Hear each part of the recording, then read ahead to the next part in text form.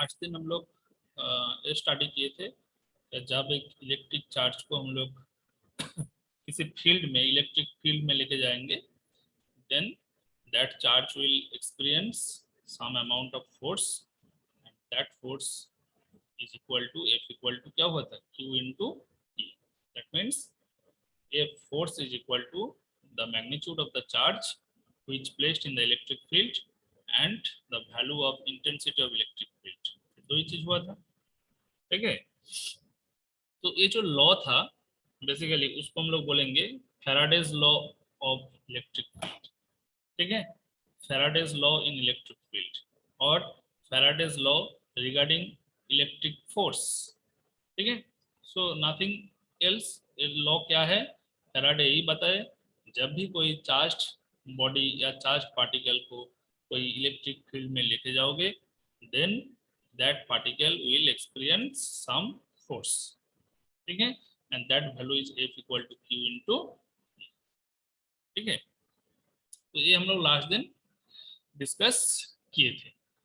उसके बाद हम लोग क्या डिस्कस किए थे, क्या इलेक्ट्रिक फील्ड इंटेंसिटी का वैल्यू कितना है, ठीक है।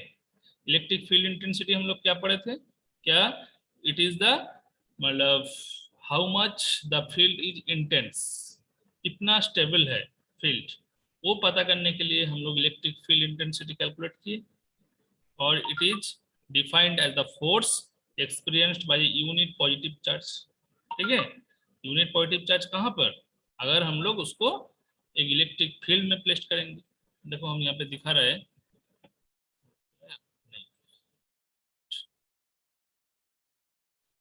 व्हाइट बोर्ड देख पा रहे हो तुम लोग, ठीक है। तो देखो फॉर्मूला क्या था, जनरल फॉर्मूला जो था F equal to Q into, F equal to Q into, देखो जब Q का वैल्यू यहाँ पे, Q क्या था, चार्ज, जिस चार्ज इलेक्ट्रिक फील्ड में हम लोग प्लेस्ड किए हैं, ठीक है।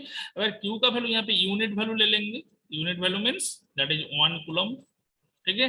देन देखो F किसके साथ बराबर हो गया, F will be equal to the E, that is intensity of electric field, ठीक है। So intensity of electric field को एक्चुअली हम लोग कैसे डिफाइन करेंगे, so it is defined as, इसके साथ देखो इक्विवेलेंट हुआ, it is equivalent to force, so it is defined as the force experienced by a unit positive charge placed at the field, ठीक है। सो इट इज, लिख लो बहुत important है, defined as the force experienced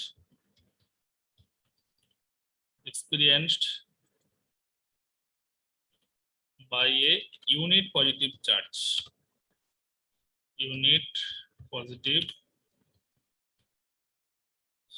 charge, ठीक है, इन कहां पर, in the field, ठीक है। So this is the definition of electric field intensity. इसका सिंबल हम लोग किससे डिनोट किए थे, ऑब्वियसली कैपिटल ई से डिनोट किए थे, and as E is the vector quantity, so E को हम लोग क्या है, वेक्टर सिंबल दिए, ठीक है। So in terms of vector quantity हम लोग इसको ऐसे लिख सकते हैं, E equal to F equal to Q E था, so E equal to F by Q, we know that F is also vector, so F के ऊपर भी वेक्टर सिंबल लगाना है, कोई इशू नहीं है। उसके बाद हम लोग क्या किए थे, उसका यूनिट भी लिखे थे, that is newton per coulomb, and उसका डायमेंशन भी कैलकुलेट किए थे, डायमेंशन क्या हुआ था, M L T minus Q ampere inverse, ठीक है। अभी क्वेश्चन जो है कि F equal to Q E, हम तो डायरेक्ट लिख दिए कि F equal to Q E, ये क्या है, ये फोर्स तुमको मतलब कैसे मिला है, F equal to Q into E, उसको डिराइव करने के लिए जो रिक्वायर्ड फॉर्मूला था वो हम ऑलरेडी डिस्कस कर चुके हैं, दैट इज तुमको दिखाना है क्या, the force is directly proportional to the strength of charge, strength of charge क्या है Q, and it is also directly proportional to the intensity of electric field, that is G। So दोनों equation को combine करके हम लोग क्या लिखे थे, F equal to K into Q into E, where K is a proportionality constant, so this value of K will be considered as unit, ठीक है। सो K का वैल्यू जब 1 हुआ हम लोग एस्टेब्लिश किए थे F equal to Q into, ये जस्ट हम रिमाइंडर दिए हैं, हम पहले ये पढ़ा चुके। इसके बाद आज हम लोग जो पढ़ेंगे that is also very important, which is known as electric flux. ठीक है,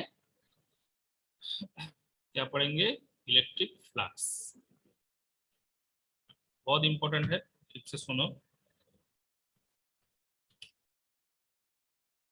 इलेक्ट्रिक फ्लक्स, ठीक है। इलेक्ट्रिक फ्लक्स को हम लोग फाई से डिनोट करेंगे। किससे?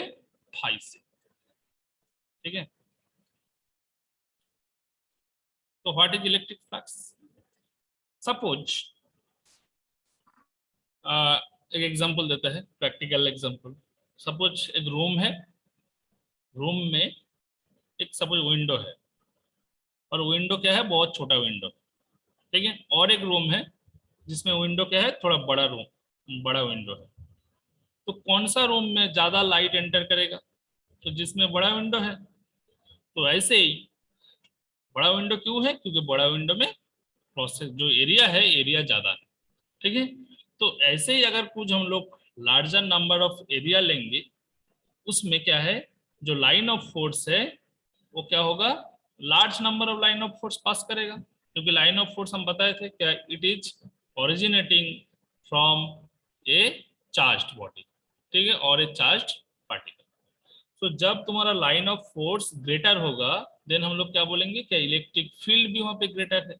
जब लाइन ऑफ फोर्स लेस होगा, देन हम लोग बोलेंगे वहां पे वीक इलेक्ट्रिक फील्ड है। तो सिमिलरली इलेक्ट्रिक फ्लक्स क्या है? इलेक्ट्रिक फ्लक्स अगर is the total number of electric line of forces which passing through a element of area or elementary area. Suppose if we consider any arbitrary area, ठीक है, suppose this is the arbitrary area and इसको हम smallest suppose this area within the electric field resides within the electric field, electric field के अंदर है। देखो हम जो स्ट्रेट लाइन ड्रॉ कर रहे हैं, this are field, E denote हो रहा है दिस डायरेक्शन। तो इस एरिया को अगर हम स्मॉलेस्ट सेगमेंट में डिवाइड कर लेंगे लाइक दैट, देखो इतना सेगमेंट, ठीक है। Suppose this area is ds1, and this much area is ds2, कितना है? ds। तो देखो ये ds1 जो एरिया तुमको दिख रहा है, इस एरिया में कुछ number of line of force यहाँ पे इन्वॉल्व हुआ। इन्वॉल्व मीन्स इसमें लिंक हुआ। तो देखो अगर हम फिगर्स को अच्छा से नोटिस करेंगे तो यहाँ पे देखेंगे दिस लाइन, मान लो 1 2 3 4 and 5 number of line of forces है। एंड यहाँ पे हम देख रहे हैं क्या? ओनली ds1 एरिया में only second line and third line क्या हुआ? इसमें लिंक्ड हुआ। बाकी लाइन देखो लिंक नहीं हुआ, बाकी लाइन बाहर से जा रहा है। सो इसलिए बोलेंगे क्या यहाँ पे इलेक्ट्रिक फ्लक्स कितना है? Electric flux is the number of line of forces linked with in the element of area और through an element of area. So basically जो चार्ज है, सपोज कोई चार्ज पार्टिकल है जिसका वैल्यू कितना है? Q coulomb, okay. So Q coulomb charge से कितना लाइन ऑफ फोर्सेस एमिट होगा, कितना लाइन ऑफ फोर्सेस जनरेट होगा, और कितना लाइन ऑफ फोर्सेस यहाँ पे टर्मिनेट हो सकता है। So there is a rules, उसको हम लोग जब line of force next class में पढ़ेंगे तब डिटेल्स में समझ में आएगा, बट अभी जान के रखो क्या क्यू कूलम चार्ज से total Q number of line of forces emit होता है। कितना? Q coulomb.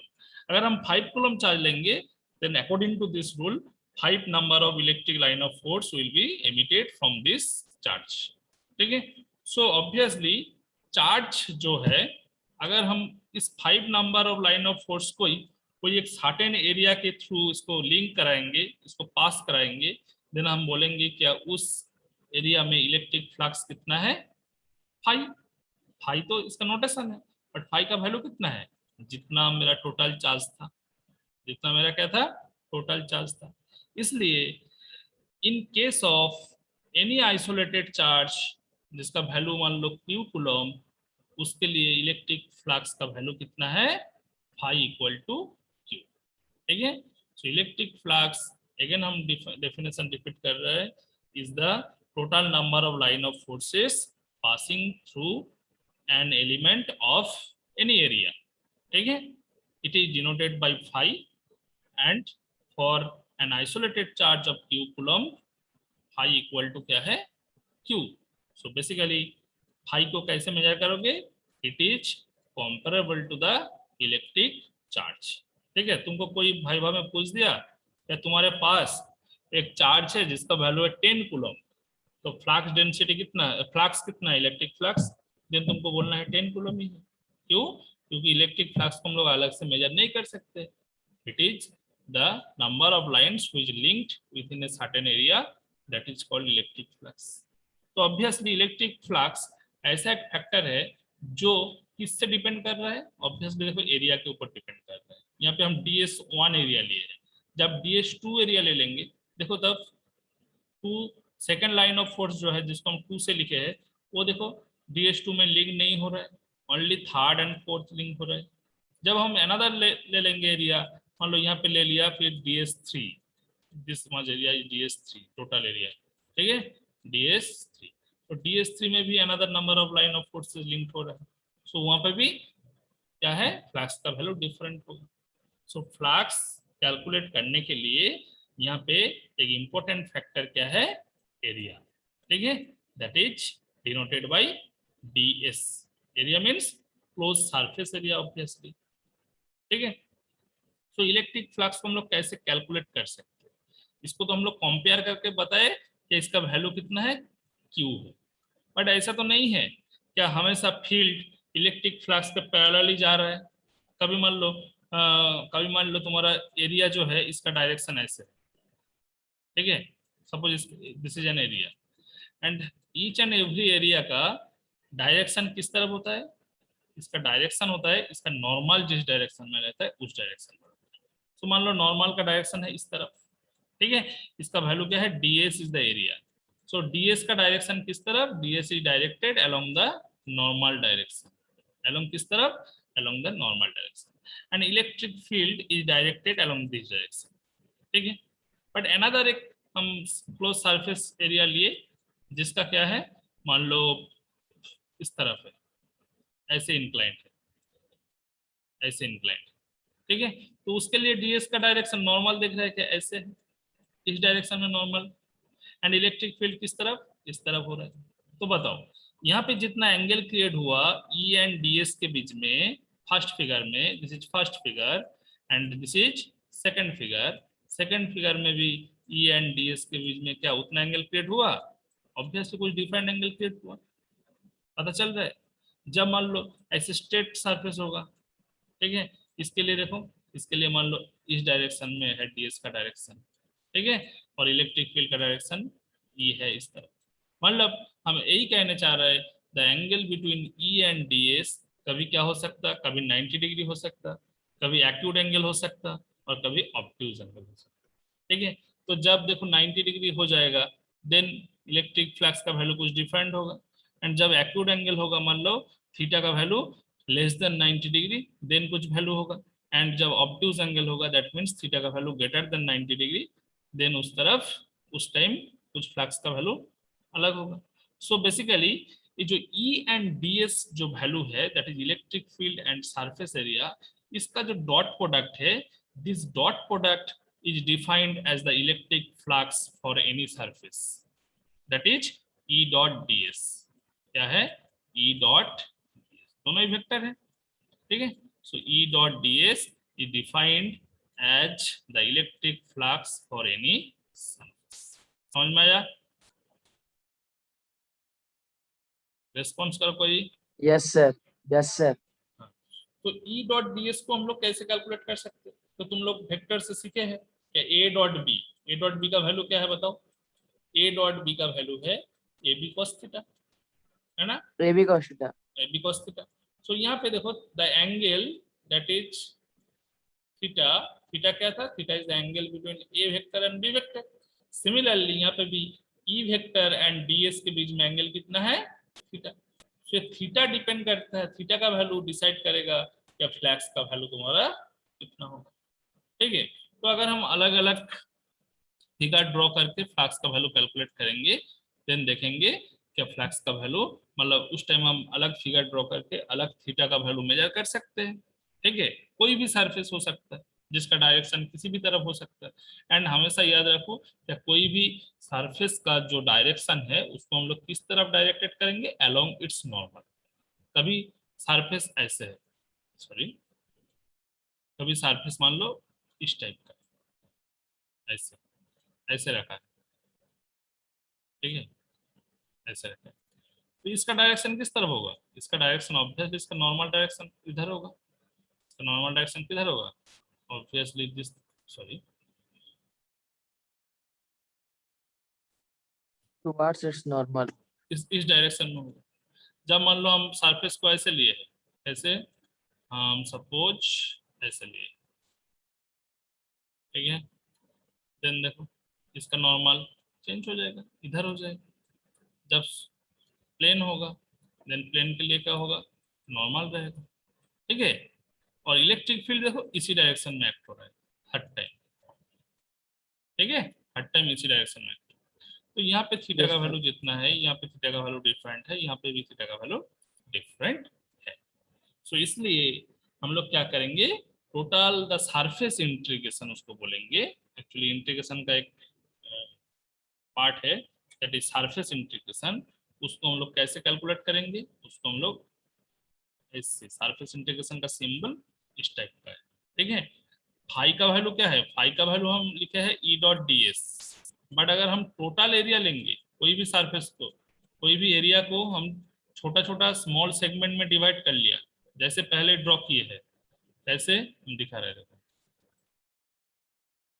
ठीक है। सपोज तुम्हारे पास एक आर्बिटरी शेप है, ठीक है, इस टाइप का कुछ है, तुमको क्या करना है, इसको छोटा छोटा सेगमेंट में डिवाइड करो, स्मॉलेस्ट एरिया में, है ना, स्मॉलेस्ट एरिया में हम डिवाइड कर लिए।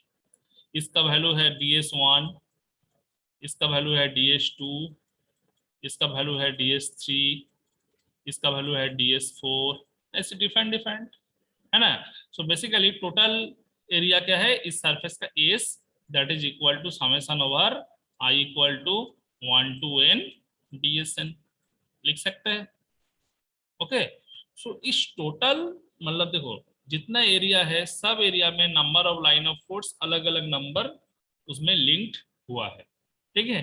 सो टोटल कैलकुलेट करने के लिए हमको क्या करना चाहिए, उसको समेशन करना चाहिए। समेशन का अनदर फॉर्म क्या है, इंटीग्रेशन, हम लोग पहले किए थे। सो इंटीग्रेशन हम लोग देखो सरफेस के लिए कर रहे हैं, इसलिए हम लोग क्या करेंगे, नॉर्मल इंटीग्रेशन होता तो क्या करते, ऐसे लिख देते ई डॉट डी एस, ई डॉट डी एस ऐसे लिख देते, बट हम लोग सरफेस के लिए इंटीग्रेशन कर रहे हैं, सो दैट इज ऐसे सिंबल तुमको लगाना है, surface integration E dot D S. और उसको हम लोग बोलेंगे क्या, टोटल फ्लक्स जो है उसको हम लोग बोलेंगे फाई ई, क्या लिखेंगे, phi E equal to surface integration E dot D S. तो ऑब्वियसली दोनों वेक्टर हैं तो वेक्टर सिंबल दो। उसके बाद क्या लिखेंगे, ई डॉट डी एस का वैल्यू तुम लिख दो, ई डॉट डी एस का वैल्यू है E D S cos theta, E D S cos theta, ठीक है, E D S cos theta. So अगर हम लोग लिखेंगे क्या, ये जो इंटीग्रेशन ऑफ ds है इसका वैल्यू अगर a होगा, a मींस ये भी एरिया है, a से हम लोग एरिया डिनोट करते हैं। So if we consider the integration of ds is equal to a, that is the total area of the surface. जैसे हम यहाँ पे s लिखे हैं, इसको अगर हम लोग a लिखेंगे, समझ में आया, जिसको हम s लिखे हैं उसको अगर हम लोग a लिखेंगे, सो उस टाइम हम क्या लिख सकते हैं, क्या, surface integration over ds is equal to a। और बाकी ई cos थीटा क्या है, ये कांस्टेंट टर्म है, इसका इंटीग्रेशन नहीं होगा, सो ई cos थीटा बाहर आ गया, ठीक है। और अंदर जो इंटीग्रेशन ds बचा रहेगा उसका वैल्यू क्या है, a है, ठीक है, उसका वैल्यू क्या है, a है। तो बेसिकली फाई ई, ये जो वैल्यू है that is flux, total flux, इसका एक्सप्रेशन क्या हो जाएगा, इसका एक्सप्रेशन हो जाएगा ई ए cos थीटा, ठीक है, ई ए cos थीटा। तो obviously this is, Yes sir. Obviously this is क्या है, this is a vector quantity. क्यों, क्योंकि हम डॉट प्रोडक्ट करके उसका वैल्यू हम लिख दिया ई D S cos theta, this is vector, this product is vector. But इसको जब देख करके हम लोग लिखे हैं, दिस इज क्या है, स्केलर, दिस इज क्या है, स्केलर। सो इलेक्ट्रिक फ्लक्स भी क्या है, इलेक्ट्रिक फ्लक्स भी एक स्केलर क्वांटिटी है, it is not a vector quantity. Very question, important question यहाँ से आता है क्या, what do define electric flux, ठीक है, and write the expression for electric flux और calculate the expression for electric flux. Then तुमको बोलना है that total number of electric line of force passing through an any area, elementary area, that is known as electric flux, ठीक है, it is denoted by phi, and in case of any isolated charge of q coulomb the flux will be compared to the value of electric charge, so phi equal to E. But when we derive the expression for electric flux over any closed surface, then we have to calculate the value of E dot ds, ठीक है, so total flux, so E dot ds defined as the electric flux for any surface. So the total flux throughout the whole surface is given by phi E equal to surface integration E dot ds, that is E ds cos theta. So again we consider that integration, surface integration over ds is equal to A, so phi equal to EA cos theta. So this is a scalar quantity. अभी इसका क्या है, electric flux का value तुमको calculate करने बोलेगा when the surface area is perpendicular to the electric field, जो पहले हम बताए, when the surface area is parallel to the electric field, when the surface area is remain और making some angle with the electric field. कभी क्या हो सकता है, परपेंडिकुलर डायरेक्शन में हो सकता, कभी पैरेलल हो सकता, एंड कभी कुछ एंगल बना के रह सकता है, तो उसको हम लोग केस 1, केस 2 एंड केस 3 बोल के डिस्क्राइब कर ही सकते हैं। तो चलो देखते हैं वैल्यू कितनी, ठीक है। सपोज, तो जब क्वेश्चन आएगा क्या, व्हाट और give the explanations of electric flux, then तुमको ऐसे डिफाइंड केस में डायग्राम ड्रॉ करके, फिगर ड्रॉ करके तुमको इलेक्ट्रिक फ्लक्स का वैल्यू कैलकुलेट करना। चलो अब केस 1 क्या है, केस 1 में हम लिखेंगे क्या, व्हेन, केस 1 इसमें लिखेंगे व्हेन, सर किस चीज का केस बता रहे हैं? इलेक्ट्रिक फ्लक्स का ही वैल्यू, इलेक्ट्रिक फ्लक्स का ही वैल्यू डिफरेंट, मतलब सरफेस का जब डायरेक्शन होगा उसमें बेसिकली जैसे हम बोले हैं थीटा का वैल्यू कोई भी हो सकता है, 30, 40, 80 जो भी है, ठीक है। बट यहाँ पे स्पेसिफिक क्वेश्चन जो आता है when theta is 0 degree, when theta is 90 degree, और when theta will be some value. So when 0 degree होगा देन हेडिंग क्या हो जाएगा, when surface area is perpendicular to the electric field, ठीक है, when surface area is perpendicular to electric field, electric field, okay. तो चलो perpendicular कैसे होगा, तो वो तुमको डायग्राम कैसे ड्रॉ करना है, ऑब्वियसली इस टाइप का, इलेक्ट्रिक फील्ड तो ऐसे ही डायरेक्टेड है, इस डायरेक्शन में तो डायरेक्टेड है, चलो these are electric field directed as this direction. यहाँ पे क्या करना है, ऐसे एक सरफेस ड्रॉ करना है जिस सरफेस के साथ इस फील्ड क्या है, नॉर्मली एंटर कर रहा है। तो हम देखो ऐसे एक सरफेस बनाए, बना लिए, तो इसके लिए देखो मतलब डायग्राम ड्रॉ करके उतना समझ में नहीं आएगा, तो उसको थोड़ा तुम इमेजिन करो, फील्ड लाइन किधर से आ रहा है, इस सरफेस से आ रहा है, ठीक है, और ये जो सरफेस एरिया है इसको क्रॉस करके हम नाम दे देते हैं ABCD, ठीक है, ABCD जो एरिया है इसको क्रॉस करके फिर इधर आ गया, मतलब एक है मेरा जो स्क्रीन है, स्क्रीन के उस पर में है, और स्क्रीन को मतलब छेद करके फिर इधर आ रहा है, समझ में आया? Yes sir. इमेजिन करो, इसको ड्रॉ करना पॉसिबल नहीं है, सो इधर भी E है और इधर भी E, समझ में आया? सो यहाँ पे हम लोग, और DS का डायरेक्शन किस तरफ है, DS का डायरेक्शन तो along this direction, along this direction, so obviously E and DS के बीच में यहाँ पे एंगल कितना है बताओ, देखो E भी जिस तरफ डायरेक्टेड हो रहा है ds भी उसी तरफ डायरेक्टेड हो रहा है, तो ऑब्वियसली यहाँ 0 पे डिग्री। हाँ थीटा का वैल्यू क्या होगा, थीटा का वैल्यू 0 डिग्री। ठीक है, देन तुमको लिखना है the angle between the vector area of that is ds and the electric field E is equal to 0. So phi E equal to, that is electric flux, total electric flux throughout this area is equal to कितना, ये 0 degree, ये cos 0, cos 0 का value क्या है, cos 0 का value तुम लोग जानते हैं, it is equal to 1। So value हो जाएगा तुम्हारा E इंटू ए। ठीक है, सो फाई का वैल्यू क्या हो जाएगा, E इंटू ए हो जाएगा। ठीक है, स्पेशल केस देके एक क्वेश्चन आता है, तुमको क्या बोल देगा, कुछ नहीं पता है, तुमको बोलेगा what do you mean by electric flux, calculate the electric flux when the surface area is perpendicular to the electric field. समझ में आया? तो तुमको पहले क्या करना है, तुमको पहले वो फॉर्मूला जो है phi E equal to E D S cos theta और ई ए कॉस थीटा, उसको पहले एस्टेब्लिश करना है। उसके बाद तुमको लिखना है इन case of when the surface area is perpendicular to the electric field, so theta is equal to 0 and phi equal to E dot। Hello sir. बोलो। हाँ सर, जो इसके पहले ये सरफेस इंटीग्रेशन जो बताया था सर फाई, उसका सर क्वेश्चन किस तरह से पूछेगा सर? उसका क्वेश्चन यही है कि सरफेस इंटीग्रेशन मतलब हम लोग इंटीग्रेशन क्यों कर रहे हैं।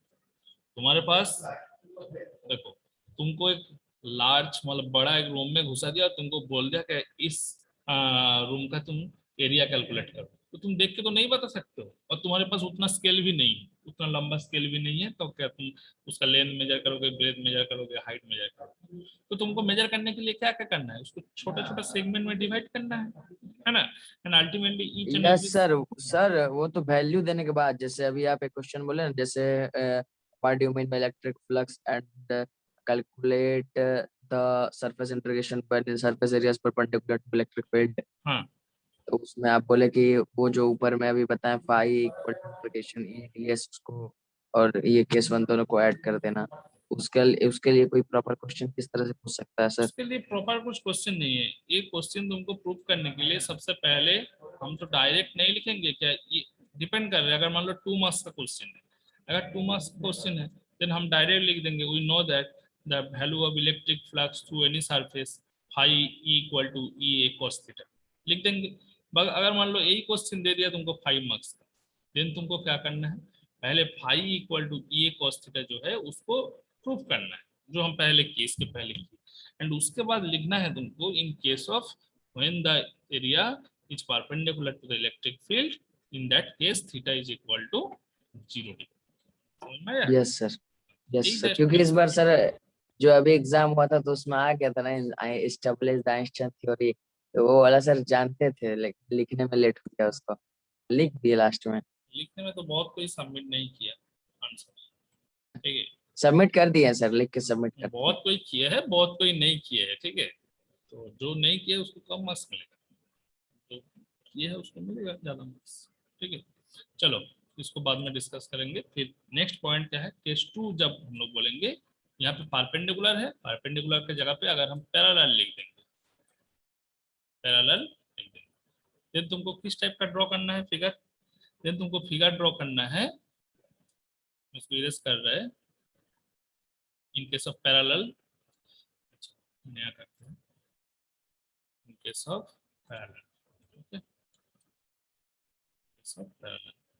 ठीक है, देन इलेक्ट्रिक फील्ड तो इसी डायरेक्शन में है, चलो उसको हम चेंज नहीं करेंगे। ठीक है, तो सरफेस जो है, सरफेस पहले कैसे था, वर्टिकल सरफेस था, और अभी हम क्या करेंगे, इसको हॉरिजॉन्टल सरफेस ड्रॉ करेंगे, इस टाइप का, है ना, इस टाइप का। देखो एरिया है डीएस, डीएस एरिया के साथ फील्ड लाइन जो है दीज आर तो पैरेलल। सर इसका इसका डीएस तो सामने चला जाएगा ना सर, ऊपर? नहीं, तुम एरिया सोचो, एरिया का डायरेक्शन मत सोचो। ठीक है, एरिया का डायरेक्शन के साथ परपेंडिकुलर है, बट एरिया जो है उसके साथ क्या है, इलेक्ट्रिक फील्ड यहाँ पे पैरेलल है। तो डीएस का डायरेक्शन किस तरफ, अलोंग दिस डायरेक्शन, है ना, यस सर, ऊपर की तरफ आएगा हाँ सर। ऊपर की तरफ। तो यहाँ पे डीएस और ई के बीच में एंगल कितना है, पहले जैसे 0 हुआ था अभी क्या होगा 90 डिग्री होगा 90 90 डिग्री। डिग्री सर, हाँ 90 डिग्री, यस तो सर, इक्वल तो ऊपर। तो फाई ई का वैल्यू क्या हो जाएगा, phi E equal to E A cos 90, E A cos 90। और तुम लोग जानते हैं कॉस 90 का वैल्यू कितना है, 0 है। तो फाई इज इक्वल 0। टू 0 हो जाएगा, फाई इज इक्वल टू 0। ठीक है। So when the surface area is parallel to the electric field, then total flux कितना हो जाएगा, total flux is equal to 0। इसको याद रखना है, कभी ऑब्जेक्टिव क्वेश्चन में पूछ सकते हैं कि in case of the surface area is parallel to the electric field, the flux is equal to 0, ये इनफाइनाइट, ऐसे कुछ ऑप्शन दे दे। 0। ठीक है, देन हमेशा याद रखना है कि पैरेलल केस में 0 है। पैरेलल में जो एरिया का डायरेक्शन है वो क्या है, परपेंडिकुलर, और परपेंडिकुलर में एरिया का जो डायरेक्शन है वो क्या है, पैरेलल, जस्ट रिवर्स। ओके, तो अभी क्या है थर्ड केस में क्या बोल सकते हैं, ई और डी एस के बीच में कुछ सर्टेन एंगल है, ना है तुम्हारा 0 और ना है 90। ठीक है, मतलब पैरेलल भी नहीं है परपेंडिकुलर भी नहीं है, कुछ सर्टेन एंगल, तो उसके लिए फिगर डिफरेंट होगा। उसके लिए फिगर कैसे होगा, सपोज इस टाइप का है, ऐसे एक प्लेन सर ले उसका लिया। क्वेश्चन। उसका क्वेश्चन है ये है क्या, when E making some angle with the surface area. ठीक है, ऐसे है, मतलब दिस इज द एरिया। ठीक है, दिस इज द, अच्छा इससे भी नहीं होगा, चेंज करो, इस टाइप इमेजिन करो जस्ट इस टाइप का।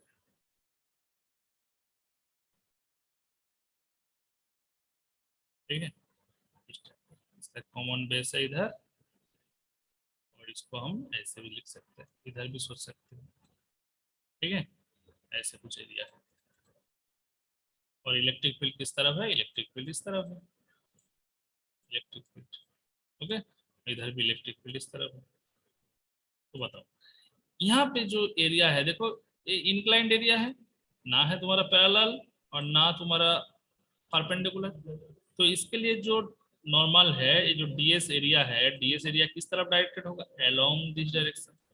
सर ये सर मतलब कुछ एंगल सबटेंड करता है सर। तो सबटेंड एंगल होगा, एंगल सबटेंडेड होगा, तो यहाँ पे डीएस है और यहाँ पे ई है, तो उसके लिए जो फॉर्मूला है वो क्या है, फाई इज इक्वल टू जो हम लोग एस्टेब्लिश किए हैं, phi equal to E A cos theta, है ना, phi E equal to E A,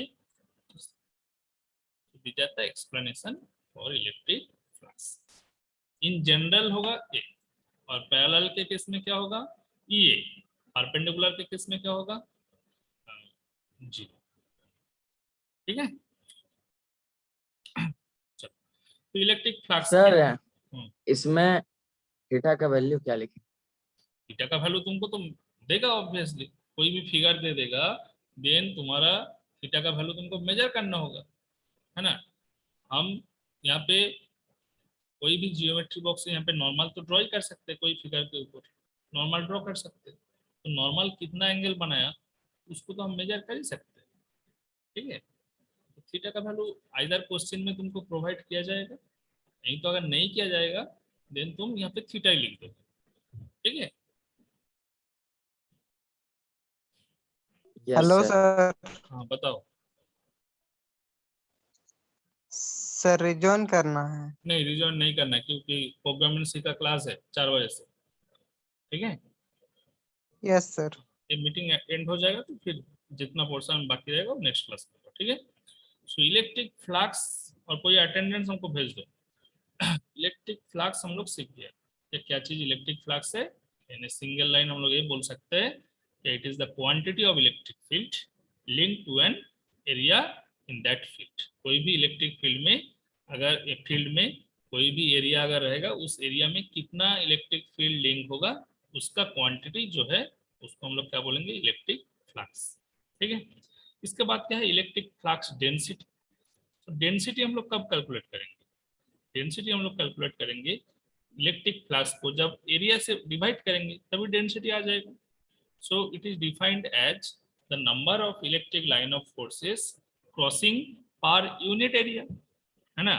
total area मान लो इस एरिया का, इस सरफेस का क्या है, टोटल एरिया है ए. और इसमें फ्लक्स कितना है, 5. फ्लक्स डेंसिटी क्या है, फ्लक्स डेंसिटी टोटल फ्लक्स को पर यूनिट एरिया में कितना है, ठीक है, it is 5/A. So 5/A जो क्वांटिटी है इसको हम लोग बोलेंगे फ्लक्स डेंसिटी, एंड इसका जो नोटेशन है this is denoted by capital D. ठीक है. सो कैपिटल डी क्या है, capital D is the electric flux density which is defined as the number of electric line of forces crossing per unit area. Okay, इसको तुम calculate कर ही सकते हो. लेकिन हम लोग क्या जानते हैं, phi is equal to, for an isolated charge phi किसके साथ कंपेयर होता है, चार्ज के साथ. फाई इक्वल टू क्यू लिखे थे ना हम लोग. सो डी का एक्सप्रेशन हम लोग ये भी लिख सकते हैं, D equal to 5/A that is equal to Q/A. तो अगर चार्ज का वैल्यू दिया रहेगा, सर फ्लक्स डेंसिटी का डेफिनेशन क्या बोले थे? flux density It is the is number of the number of line of electric line of forces crossing per unit area, crossing per unit area. Okay. तो D का expression क्या है, D equal to Q/A. Again D equal to 5/A भी लिख सकते हैं. तो बताओ D का यूनिट हम लोग क्या लिख सकते हैं, चार्ज का यूनिट क्या है, कूलम, एरिया का यूनिट क्या है, मीटर स्क्वायर, है ना. सो कूलम पर मीटर स्क्वायर, इससे हम लोग इलेक्ट्रिक फ्लक्स डेंसिटी को सर डी को क्यू क्यू क्यों लिखे सर? क्यू. अच्छा देखो, जब इलेक्ट्रिक फ्लक्स हम लोग पढ़े थे, for any isolated charge of Q coulomb electric flux किसके साथ कंपेयर होगा, it is compared to the value of charge, है ना. मान लो हम बताए थे, मान लो कोई चार्ज का वैल्यू है 5 coulomb. Yes sir, it is comparable to electric charge sir. तो 5 कूलम Electric चार्ज flux. से कितना फ्लक्स क्रिएट होगा, 5 number of line flux, 5 number of electric line of force generate होगा, एंड वही क्रॉस सेक्शन में link हो जाएगा, उस क्रॉस सेक्शन एरिया में लिंक हो जाएगा. ठीक है. तो जितना number of line of force link होगा उसको हम लोग क्या बोले थे, इलेक्ट्रिक फ्लक्स. ठीक है. सो ऐसे ही इलेक्ट्रिक फ्लक्स डेंसिटी क्या है, D इक्वल टू Q/A. तो हम नेक्स्ट क्लास में इलेक्ट्रिक फ्लक्स डेंसिटी का डिटेल्स जो डेरिवेशन है उसको पढ़ेंगे, एंड उसके बाद जो इम्पोर्टेंट फैक्टर है वो क्या है, electric line of forces, electric line of force. ठीक है, वो चीज हम लोग पढ़ेंगे. तो नेक्स्ट क्लास में इलेक्ट्रिक फ्लक्स डेंसिटी होगा and electric line of force होगा, देन इलेक्ट्रिक फील्ड कंप्लीट हो जाएगा. उसके बाद हम लोग स्टार्ट करेंगे इलेक्ट्रिक पोटेंशियल. ठीक है. तो आज टाइम तो हो चुका है, आज और कुछ नहीं होता है. ठीक है. ठीक है sir, thank you so thank much. You sir.